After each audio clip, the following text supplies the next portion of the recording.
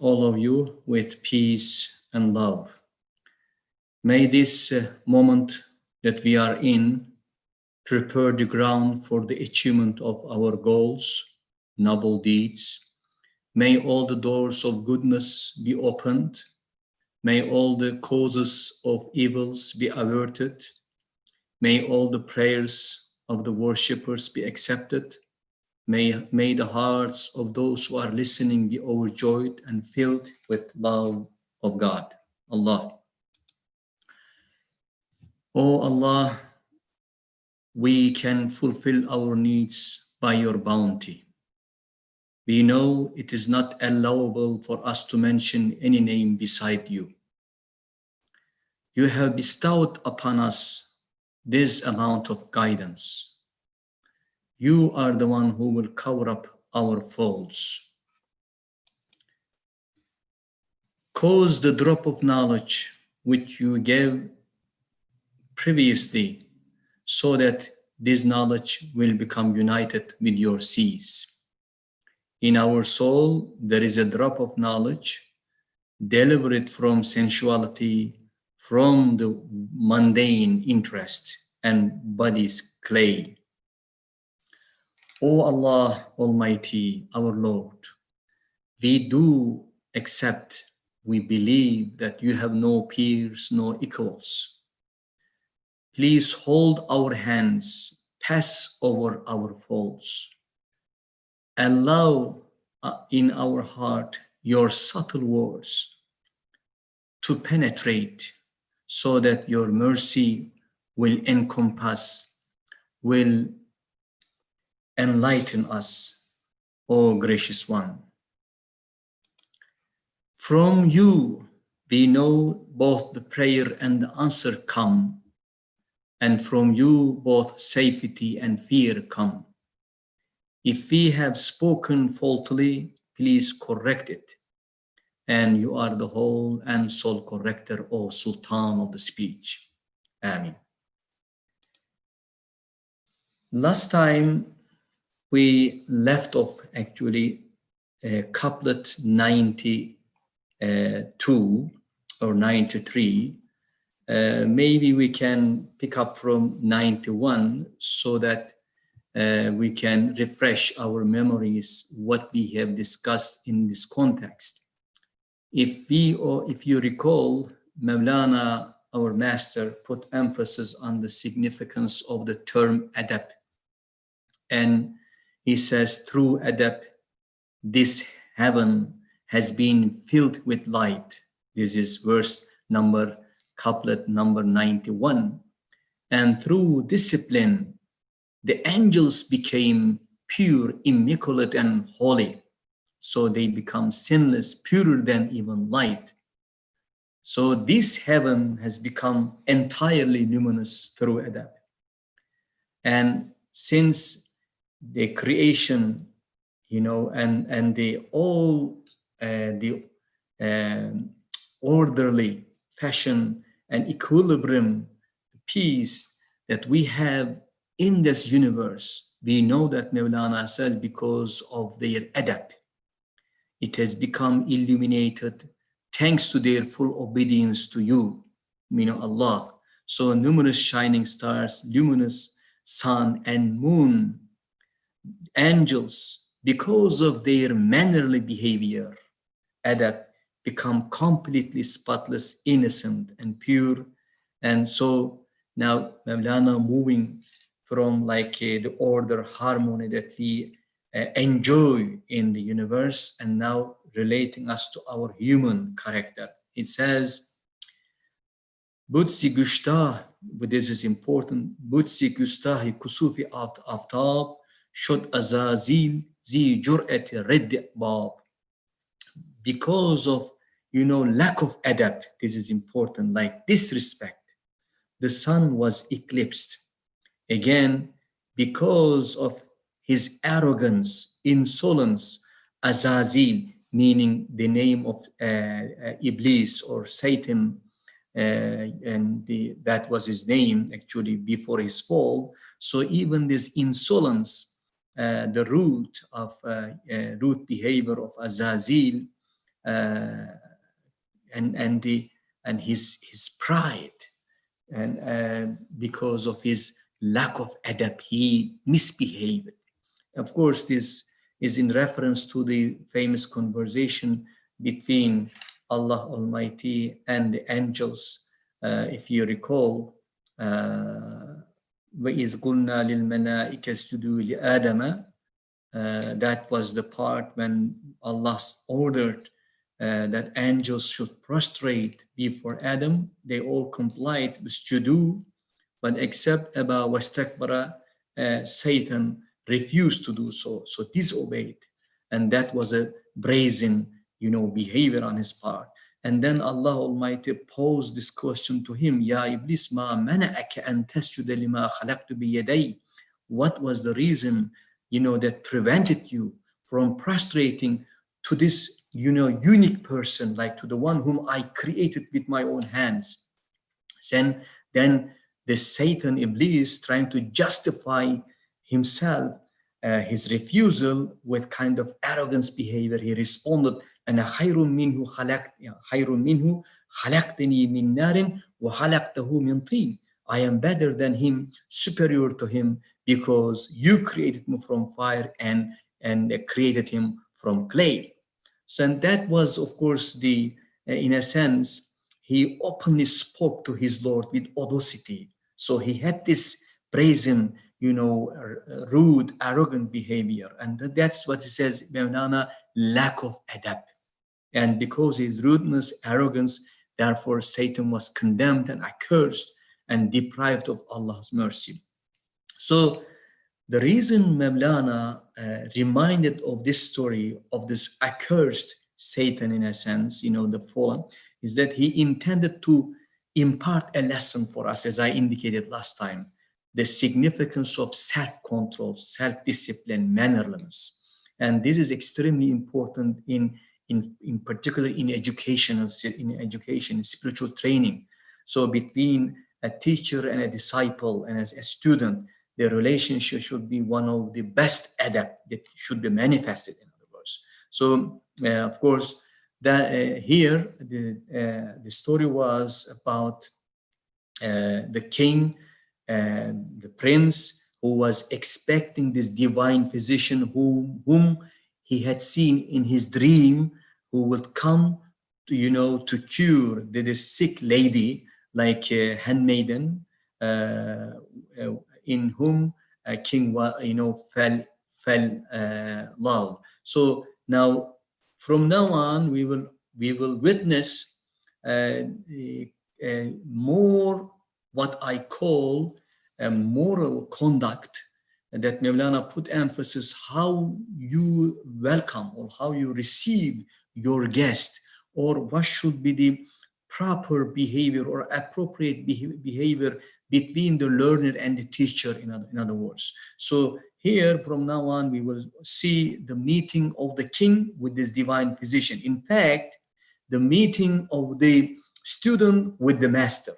Okay, so if you recall, the physicians coming, these divine physicians, Tabibi Ilahi is coming, had been already announced to the king in his dream. Now let us continue now. What we are learning from Mevlana, the last session, was mannerliness or courtesy, self-discipline is key to achieve success in education, in learning, and also in human relations, for a good society, for a good family. Now he goes more specific. Now, what is this adab now? More, not only behaving, but now more specific, what kind of behavior or code of conduct that this implies or entails this concept of adab. So Mevlana 93, let us read first. Dest bugshad و کنارنش گرفت همچو عشق اندر دیول و جانش گرفت. So this king opened his hands and clasped him, meaning this divine physician, to his breast, and he received him like a love into his heart and soul. This is, of course, translation from Nicholson. Here, let me maybe explain. When the king met the divine physician, he opened up his arms, okay, his hands, shook hands with him out of his increasing love, longing for him, and he embraced him warmly. So then shook hands. So here, shaking hands and hugging, in fact, a commonly practiced pattern of etiquette or adapt. Like this is a form of welcoming, receiving, your guest, or even among the family members, so it's also a common practice in Islamic spirituality when a master receives a student, a disciple, between the, and the teacher or master and the disciple murid, this kind of relationship, this form of warm and sincere welcoming greeting. Of course, this was the practice that has come down to us from the Prophet, peace upon him, as we learn from the commentators in the context of the commentary on the specific couplet. For example, we are given this hadith: "Ma min muslimaini yaltaqiyani yatasafahan illa ghufra lahuma qabla an yatafarraqa." So if two Muslim brothers or sister Muslims shake hands when they meet each other for the first time, the Prophet says their previous sins will be forgiven before they part away. So one of the rules of the adab, that's exactly shaking hands. Unfortunately, now we are suspending all this courtesy because of the current circumstances in any case, but this is a blessing of Allah Almighty. And of course, more hadiths are given. Again, as we learn from the Prophet, when Ali bin Abi Talib, may Allah be pleased with him, his elder brother Jafar, when he came back from, I guess, a trip to Ethiopia, to this beautiful city, Medina Munawwara, luminous city of Medina, Prophet welcomed him. And what he did, embraced him. So, and then he made this remark and they embraced him. And then, as we learn from Jafar Abu Talib, may Allah please with him, he said, Prophet embraced me, then said to me, I don't know whether I should be happy, I should rejoice in the conquest of Khaybar or the arrival of Jafar. So, that's also a manifestation of happiness. In other words, when you hug your brother or sister, and again, the Prophet, peace upon him, when he went to see his daughter, beloved daughter Fatima, of course, he used to kiss on her forehead, between two eyebrows. And also once on one occasion, and he said, where is my little one? Meaning, referring to Hassan, his beloved grandson. And is he here? And he said, Fatima said, yes. So Hassan soon, may Allah please with him, came running to his grandfather, and they hugged and embraced each other. So embracing is also, one of the, what we call mannerliness and adab and courtesy in our Islamic spirituality and ethics. And it is very important. A master, a teacher behaves to his disciple like a father, and like an elderly. So not only does he transmit his knowledge, but also transmit, this best behavior. So therefore, face-to-face education is not only transmission of the knowledge, also transmission of the human character to the best of one's ability. So what the Mevlana is saying here, this king, just as the love he felt inside, took this divine physician as his heart, put him inside that, like in the depth of his soul and heart. And then let us continue. And of course, destu pishhanish pusiden gerift, was maqamu rah pusiden gerift. And he began to his hand, also brow meaning forehead, and then start inquiring about his home and journey. So kissing his hand and forehead lovingly, fervently, and also began asking about his home and family. So the king, what he did, took hold of the hands of the divine physician and kissed his forehead. These two also, as I said earlier, a commonly adopted and practiced, behavior among Muslims, and in particular those Sufi masters, and scholars, ulama and awliya. So, which means an honorable guest or a spiritual disciple or a student, when he meets for the first time his or her master, kisses his hand and face. So this is also important, and then start asking about his well-being, okay, condition, state of journey, divine, and as we observe here, as we witness here. So this, and what is the purpose of asking about well-being? They say, if two people get together and they start asking about their well-being, it will keep them away from engaging in gossips or other sort of stuff, and also this will dispel somehow evils and badness. And this kind of asking questions well-being, and is will generate between the two what we call affection and intimacy.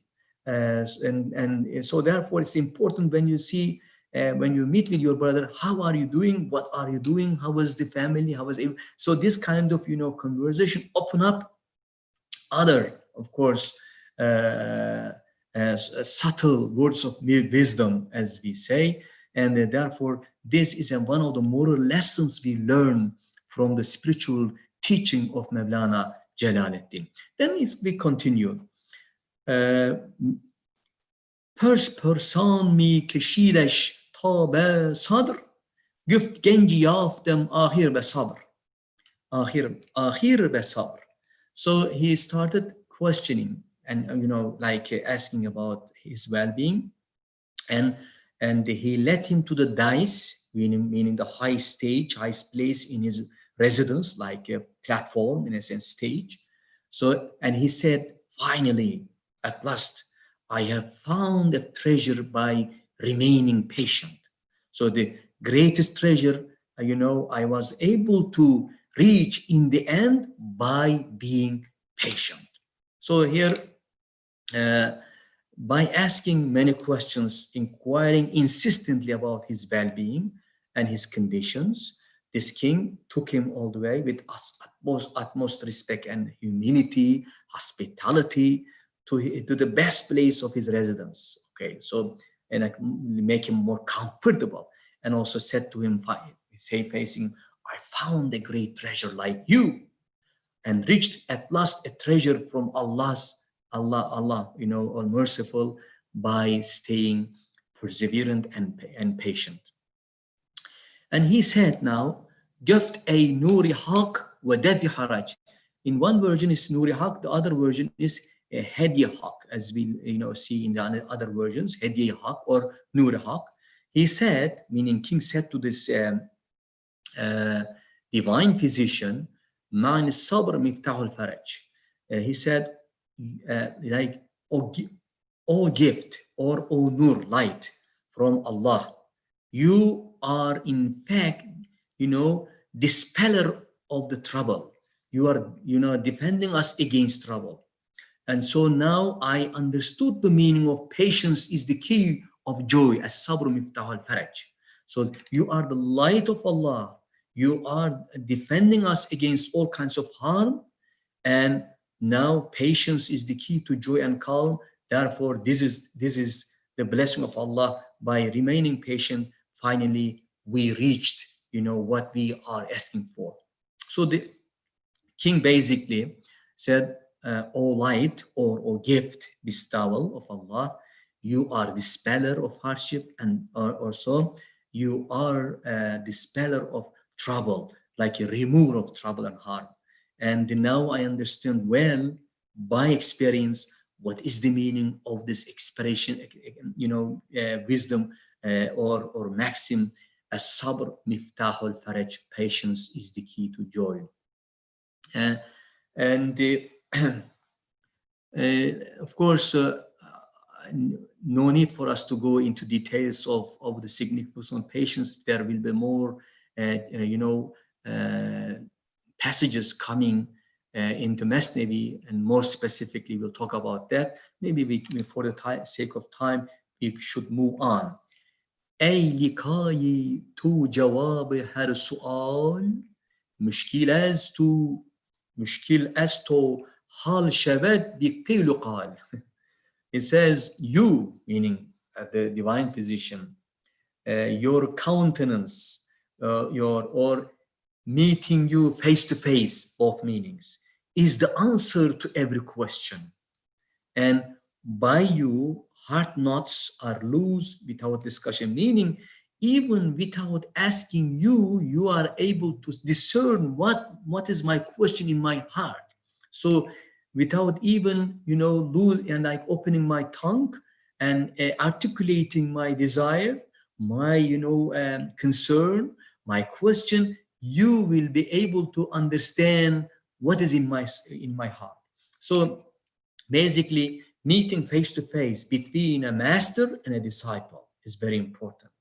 So they put emphasis on the benefit of meeting, with the teacher, because it's believed that, as like a master or a true believer looks at the things with the light of Allah, and firasatul mu'min, in a sense, a basira, clairvoyance. So kind of oculus cordis, as we say, in Latin, like eye of the heart, they look at it. So they can read the thoughts and feelings of their students. So they then can remove every doubt and difficulty from their minds. Of course, there are many stories, Tazkiratul Awliya, full of stories about this, what we call wondrous events, anecdotes from the Awliyaullah. No need for us to go into details, but that's what Mevlana is referring to, because he himself was a spiritual master. He's a wali. So, here, this particular, couplet reminds us of the meaning of basira and frasa. And of course, one can read Risale Kushairi and about basira and frasa.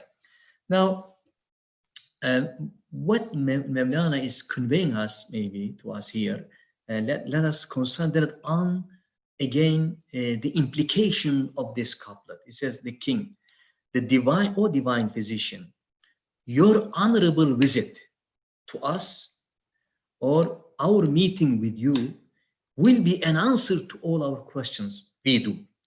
And we know. So you will resolve difficulties without even being stated expressly to you.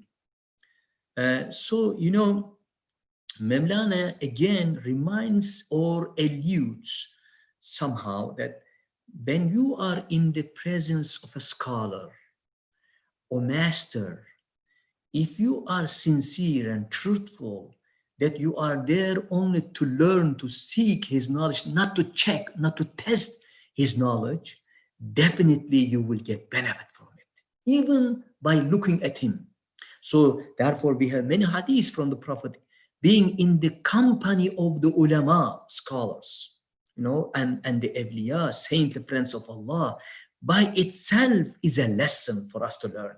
So by Mevlana is saying, the blessings of your noble vision, meaning face, referring to this divine physician, and also your companionship will be a cure, okay? And also cure to our, problems, also will eliminate, will obliterate misunderstanding, doubts, and skepticism, in other words. So even without expressing our questions to you, and you will discern what we have in our, heart and mind.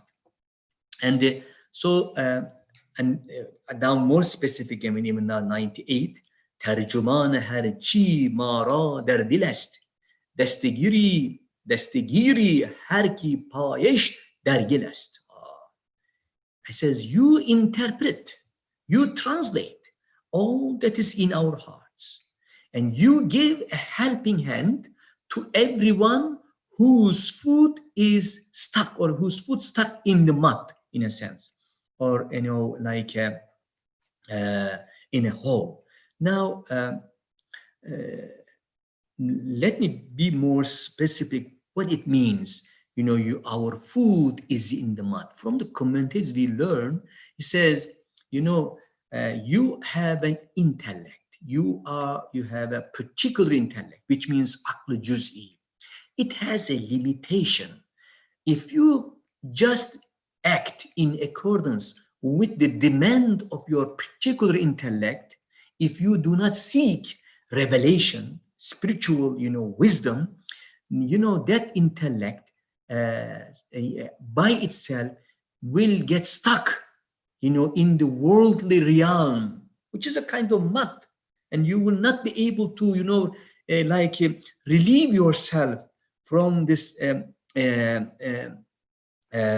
from this mud and from this trap, in other words. So he says, now you find your master, let him speak for you, and let him help you, you know, to illuminate your what we call reason, particular intellect, by his wisdom that he receives spiritually, and also through the revelation that comes from, you know, from the Prophet Muhammad, because al-ulama warasatul anbiya, because scholars, if they are truly scholars, are the inheritors of the prophetic knowledge. So they will be able to really help us, in a sense, you know, and that's what Mevlana is saying. O knower of the secrets, basically. You are the interpreter of all that is hidden in our hearts. Concerning what? You know, whatever we learned by our senses, by our intellect. You are a knowledgeable translator, a knowledgeable, you know, like a sage, a divine person. And also you are an eloquent articulator. You are also a great helping hand for anyone whose foot, meaning whose heart, soul, and mind got stuck in the mud. So physical body and mundane nature we are associated with, some, you know, it pulls us down to the earth. But our angelic side, spiritual side, you know, elevates us to the heaven. So it says, therefore you have to make a balance between the two. Now, more specific teachings about the adab from Mevlana now. Marhaba ya murtaza ya mujtaba, intagib ja al-qaza'u daq al-fada. Of course, Persian and Arabic, beautiful. And this is the lyric mastery of Master Mevlana. Welcome, O chosen one, O approved one, meaning referring to divine physician. If you vanish, qada, Allah's destiny in a sense, you know, and the qada will come, and this wide open space will become narrow. So he says, O chosen one, meaning O divine physician, with whom Allah is pleased, don't leave us. And for then you will make us suffocate and grieve. If you leave us, we will be in trouble. So there is as we learn again from the commentators, إِذَا جَاءَ الْقَضَاءُ ضَاقَ الْفَضَاءُ.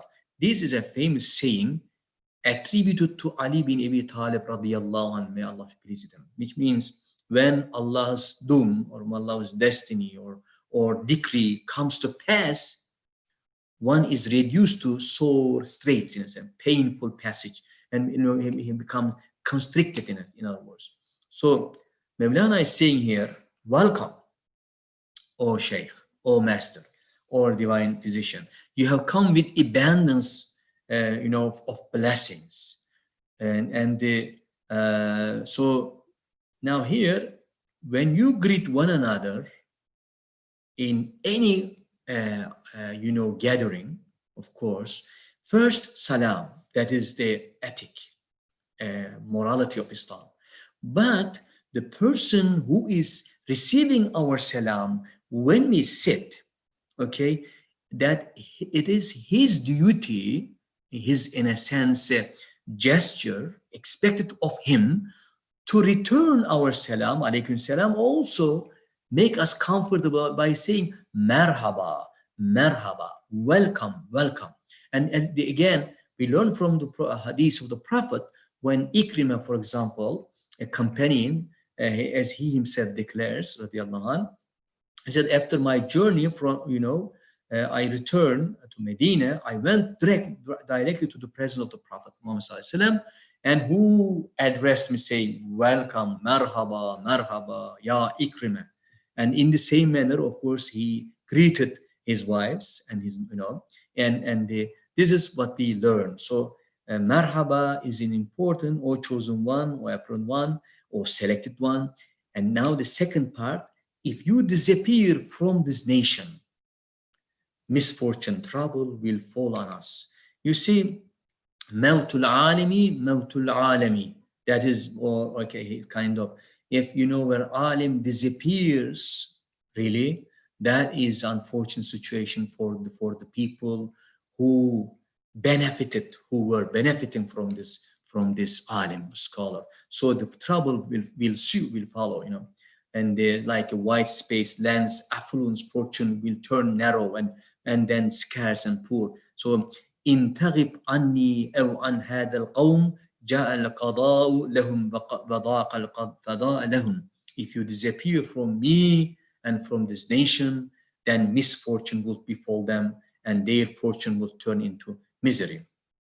Then now, awliya, of course, there is hadith Qudsi, and like Nawawi also narrates, includes in his 40 hadiths, and many also hadith Qudsi collections you can find, and one of which was cited by Ismail Ankarawi in his commentary in the context of this particular couplet. Let me read to you, maybe not Arabic, just try to give the English version of it. Allah Almighty stated as follows, if my servant, my abd, becomes occupied by remembering me, with me, exclusively and extensively, I allow him to find his pleasure or his goal in his recollection of me, in his dhikr of me. And if he loves me, I love him too. And I remove the veil. Look at this. I remove the veil between me and him. Thus, he, unlike other people, will not fall into heedlessness, ghafla. So the words they articulate are like the words, of the kind of prophets, innocent awliya. So they are indeed my real servants. And so that is, the continuation of the hadith. So it indicates that scholar and as important and has to be treated with respect, and of course disappearance of a scholar results in unfortunate conditions of the nation who are benefiting, or who is benefiting in a sense from the alim. Now Mawlana again goes on, أنت مولى القوم من لا يشتهي قد رضى كلا لئن لم ينتهي. Of course, from the Quran, Surah Al-Qalam, Iqra, sorry, Iqra. He says, أنت مولى, you are intimate friend, like a sir, protector of the people, nation, and he that desires not, meaning if a person doesn't want you, or a person who desires not you, in a sense, he will go to perish. He has gone to perdition. Nay, verily, if he do not refrain, if he doesn't refrain from not desiring, in a sense.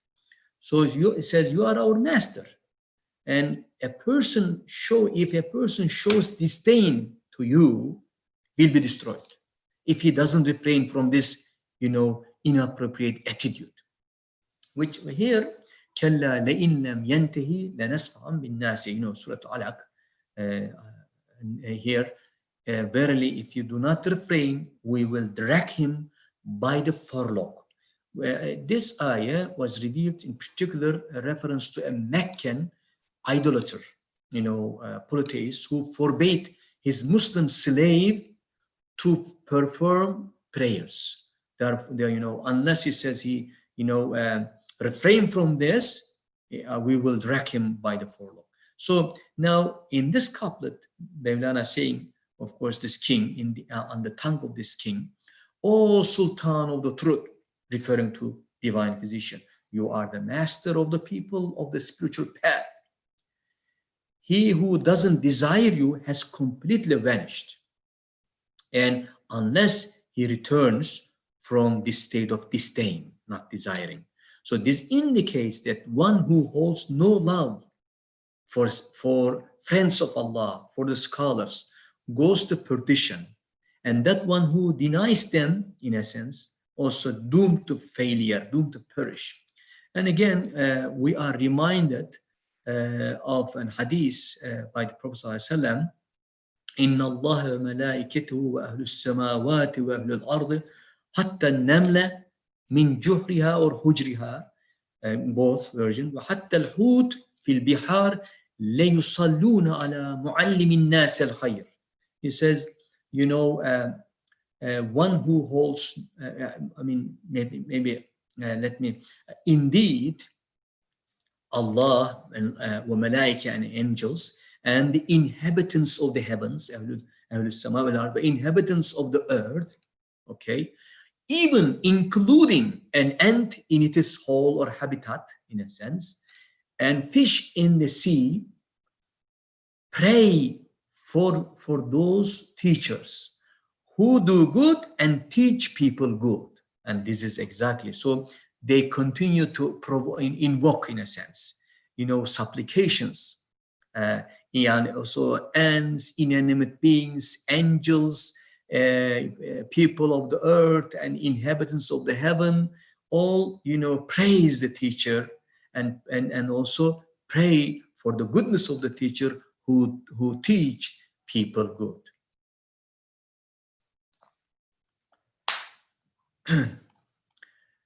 Okay, now let us maybe move and now what we have so far read through is the meeting that took place between the king and this divine physician. What was the purpose of divine physicians coming to the king, who appeared to him also in his dream? Of course, he's coming, from the invisible. Is because king invited all these master physicians who were capable of curing physically, and providing remedies and for the ailment of the people. But all these physicians whom he invited failed, unfortunately. And so he was in a desperate situation. Allah Almighty, of course, let him, meet in his dream at this Tabibi Ilahi, this divine physician. And of course, now he came. So far, we have learned how to treat, your master, your teacher, your student, your friend, and they in particular adab, and also, what is the significance of like a greeting and they treating one another with courtesy. So, of course, that's why I said, according to Mevlana, let me again remind all of you, my dear colleagues, even every word, every letter of the Quran has come down to humanity to teach them adab illa adab. mannerliness, self-discipline, self-control. Because, once you control yourself, and I imagine if everyone takes control of himself, there will be absolute peace. Now, what this king did afterwards, he says, the king led the physician and took him to the bedside of this sick lady girl to observe and to examine her condition. From 101 will continue. چون گذشت آن مجلس و خان کرم دستوبی گرفت و برد اندر حرم. When that meeting and bounteous repast was over, meaning feast was over, he took his hand and conducted him to the harem, to the place where this girl is, as in her bed. So basically, they're saying they served the feast, this divine physician. Then the king took his hand and led him to the harem, as was planned. Now, قصایی رنجوری بیخواند بعد از آن در پیش رنجورش نشاند.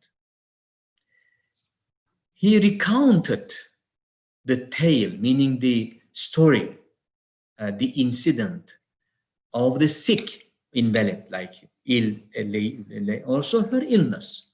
So basically, he told this divine physician about what happened, and the sick girl what he had been going through, and also about her illness. Then seated him beside the sick. He set him down so he could witness too. So رنگ روو نبض قارور بیدید هم علامتش هم اسبابش شنید. So the physician, observed, and as the color of her face, because these pale complexions is because fading, and also what nubs and the pulse, and this is qarura, by the way, kind of tube made of a clear white glass, like a crystal. You know what? It is used to contain, to keep the urine for examination, like a kind of file, in a sense, file or tube for the purpose of urinoscopy. And so basically the physician observed the color of her face, her pulse, and her urine, examined that. And also he heard both of the symptoms and the causes of her malady, and tried to discover the cause through its effect, in a sense. So, let us continue. گفت هر دارو کی ایشان کرده اند آنی مارس نیست ویران کرده اند. And the now divine physician said, unfortunately, none of the remedies which they have applied, meaning these other physicians applied, built up, they have brought not a remedy, but destruction. Even they worsened her condition. So the drugs they had described, or drugs they had applied, were acted like a sort of a curse, in a sense. Not, even in ailment, increased her ailment. So he exhausted her strength, sapped her strength, and made her feel even worse. So that means this divine physician realized that these physical physicians, in a sense, all the doctors apply the wrong medicine to this, ill girl. بی خبر بودند زی احوال درون استعید الله مما یفترون. Of course, from the Quran says they were ignorant now this king, divine physician, referring to those other physicians, saying these physicians were ignorant of her inner state, the inward, darun, what was going on in her inside, in inward state. And therefore I seek refuge, asta'idhu billah, asta'idullah, I seek refuge with Allah, from that which they invent, or from that which they experiment, dabbled. So this is basic. May God save us from what they are experimenting in this lady, in this girl. They all fail to see the real ailment that is hidden inside of her, So that means this was not a physical illness. There's something to do with the, inside, inner state of this girl. Dit ranju kesh shod bar wei nuhuft, lik pinhan gerdoba sultan nugeft. Sultan nugeft. His now divine physician, Dit ranj, he saw the pain, and in fact discovered the secret. So the secret became like open to him, literal translation, but he did not tell it. He concealed it, pinhan kard. Waba sultan gift, and he did not say the sultan about his illness. So he kept it all concealed or hidden, and he saw her pain. Her secret was revealed to this divine physician, but from the king he kept it all hidden and concealed. Okay.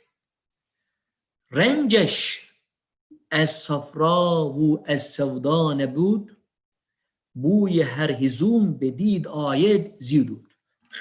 Sorry. Her pain, by saying, was not from black or yellow bile, the safra. In fact, the smell of every type of wood appears from the smoke. So you can understand the scent of wood from the smoke, it emits, in a sense. Basically, Mevlana is saying the hidden nature and the quality of a thing, indicated, or as Nicholson, explains, and here, one has to go beyond the physical, side of this girl, and try to penetrate into her, inner world, in other words. And so, when someone start saying or expressing, you will discern, you will figure out exactly what is her condition and what she's implying. So this divine physician realized this was not a physical illness at all. It's a kind of, immaterial illness. And did as zarish ku zar dil است تن هوش است و او گرفتار دل است. From her sore grief, he perceived that she was heartbroken. Again, translation from Nicholson. Well in body, but she was stricken in heart. So her grief became open to this physician, and this grief has to do with her heart, coming from her heart. Dilest, in a sense, zar dilest.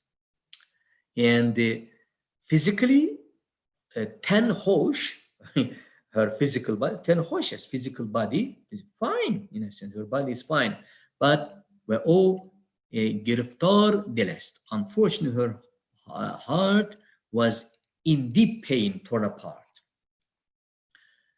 And here, what was the cause of this pain now coming? عاشقی پیداست از زار دل، نیست بیمار چو بیمار دل. Being in love, it is made manifest by soreness of heart.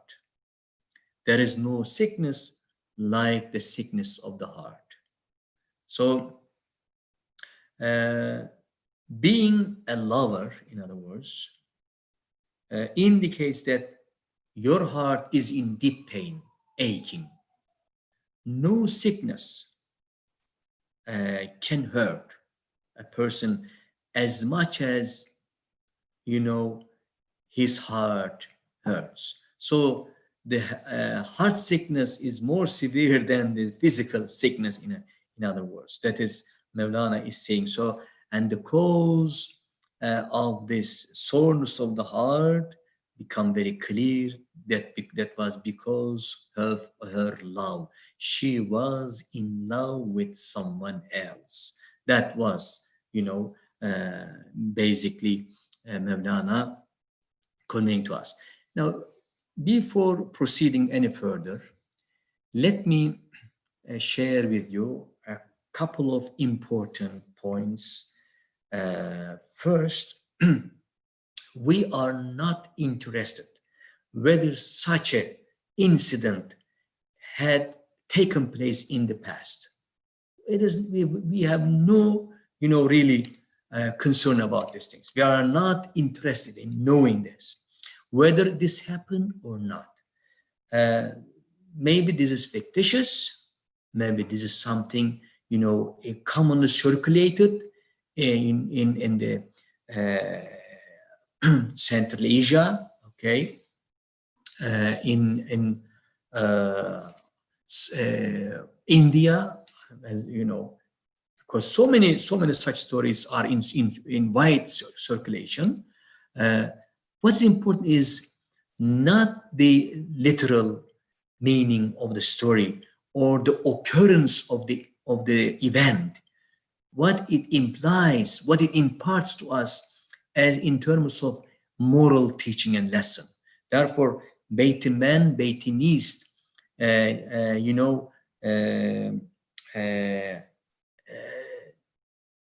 Beit Man, Beit Nist, iklim est,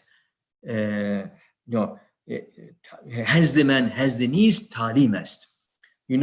Kind of Mevlana saying, my couplet, my verses, my lyrics are not simply lyrics.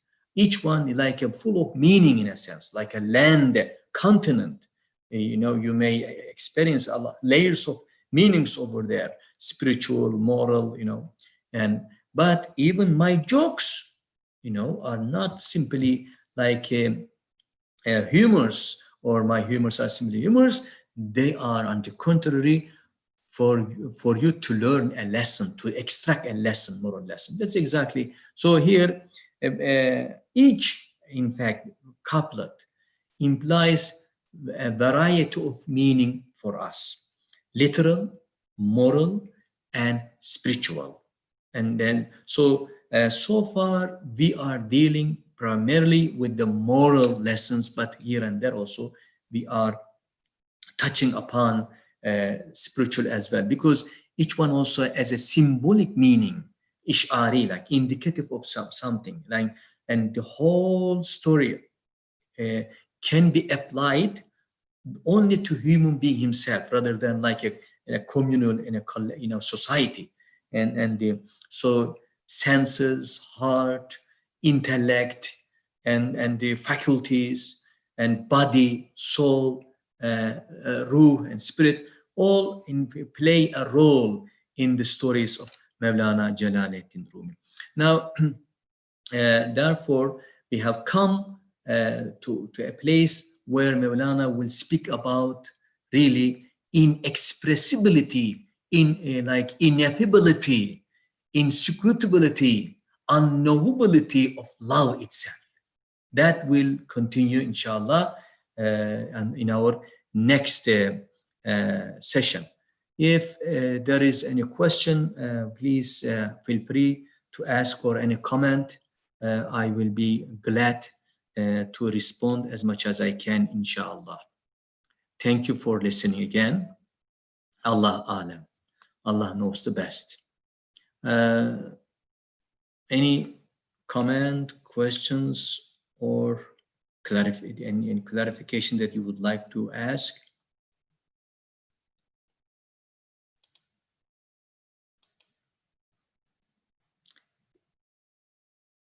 All right. If not, I can conclude again as we start reading the dua, and we can now end with the dua. You know what, normally Mathnawi Khan, of course, we are just emulating traditional Mathnawi Khan, although we are not qualified to be a Mathnawi Khan by all means. We are also a learner like you, all of you. But this is a tradition, is a very, influential tradition in Islamic civilization, and particularly in Ottomans. And the Mathnawi Khan used to deliver his readings of Mathnawi, for example, in Fatih Mosque, Masjid, after the Asr prayer, okay, and then by opening, he reads several couples from the Mathnawi, and also by concluding. We will follow the same route and inshallah same method. This is what our Master Mevlana, who is the discloser of the secrets of the prophets and saints, has told us, has informed us. This book of Mathnawi is not an astrology or geomancy or dreams. It is an inspiration from Haqq. Allah knows the best what is right.